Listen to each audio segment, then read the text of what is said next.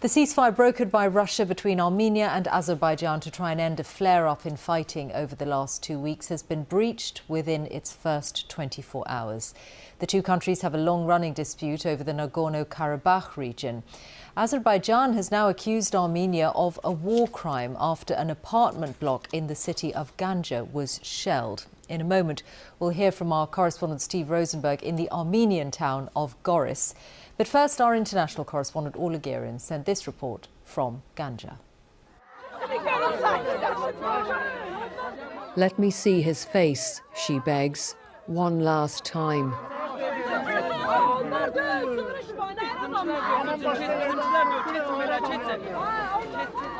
She's not alone in this desperate search. Let me see, says this woman. Is he from my family?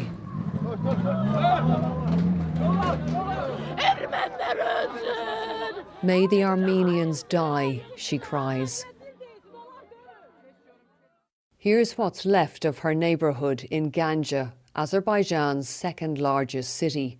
Far from the front line, but not far enough. This is just off the main street. No sign of military targets.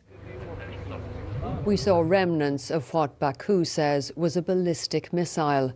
It's accusing Armenia of a war crime. Well, this was clearly a civilian target. Apartment blocks, flats where people were living. There's bedding and blankets and mattresses strewn among the rubble here.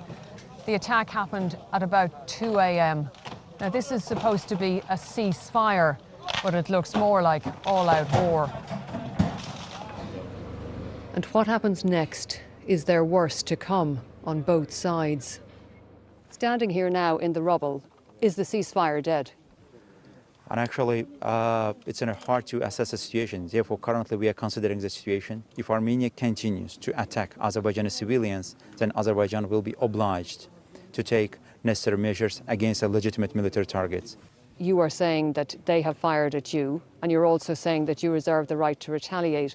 So which is it? Are you sticking to the ceasefire, or are you going to retaliate for this attack? At this stage, we are trying to stick to the ceasefire regime. But of course, if they continue to do so, attacking Azerbaijani civilians, as every nation, we also have a right for self-defense.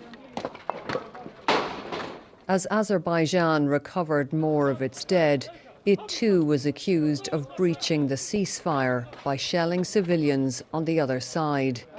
Though the truce looked shattered today, it did not collapse. But Gəncə was hit hard. Noshaba's grandchildren were asleep in these beds and were lucky to survive. But she acknowledges the pain in Nagorno-Karabakh.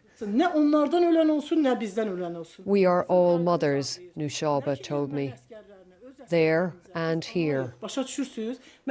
And our hearts are aching. Orla Guerin, BBC News, Gəncə.